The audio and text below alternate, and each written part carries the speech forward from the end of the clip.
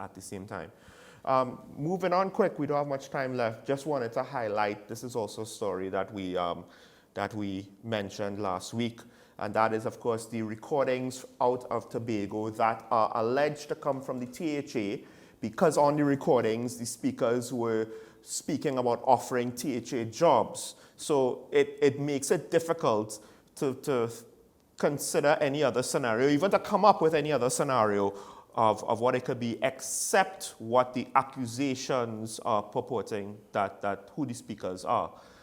So organizations now are coming out, one most notably, at least to me, Tobago Civil Net, where at least before, earlier on, it was a case of, well, let's wait and see how things goes. And now there's a quote here, I believe, from the Tobago Civil Net, where it's basically saying that, you know, the island of Tobago is kind of being torn apart by this. They have those that are joyful and celebrating the demise of the THA and what is now the Tobago People's Party. Then there are those who are just sad and disappointed. And then there are those who are very much defiant and very much trying to circle the wagons around the people that they put faith in. I'm sorry, I wouldn't say that Tobago's torn apart by this. I would say, as is with any political move, there will always be split opinions. But I wouldn't say Tobago is being torn apart by this. What I will say is that Folly Augustine's silence on this particular matter, because it's allegations, I mean, the voices sound very familiar, but we can't come out and say, this is who it is. However, as Chief Secretary of the Tobago House of Assembly, knowing that this voice recording purports to be two senior members of the House of Assembly, and your silence over the last week tells me one thing. Well, two things actually. One, you don't care. And two, you are no different to any politician that came before you. You are no different to any politician of which you've previously criticized. Your continued silence on this matter is only doing yourself an injustice.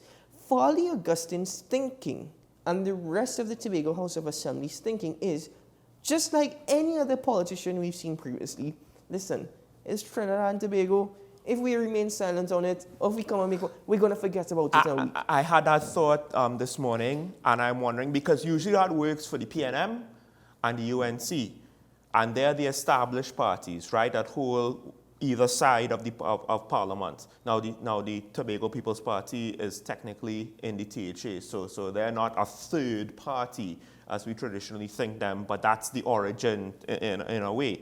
To what extent will that work for them? Because the whole situation, again, is unique. To me, it's still very much a case study in electoral politics and democracy in more ways than one.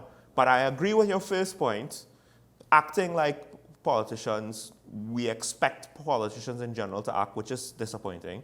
The second point. The first point, where that he doesn't care, I'm not too sure. I think where also they are similar to politicians in other parties is the lack of knowing what to do, lack of proper crisis management, lack of a good communication strategy. If you were able to criticize what was taking place before, you will know what to not do, and that is remain silent. Well, and I think the key point is this kind of shows, and now and this is, in a way, this is an example that is unfortunate because it undermines that sort of faith you could have on newcomers coming in, but it shows that potentially they were not prepared for office. It's not just about making budget decisions and handling administrative duties. It's about leadership, communication, crisis management, all of these other things, dealing with the media, dealing with critics. And I honestly believe that in that respect, they're in over their heads because now it's on them. They can't just blame the other party. When you're in opposition, you can blame the other guy. Now you're the guy. Now you are the one in charge, and you have to take blame for when things go wrong. I think the one thing that any politician does not want happening to them is getting caught.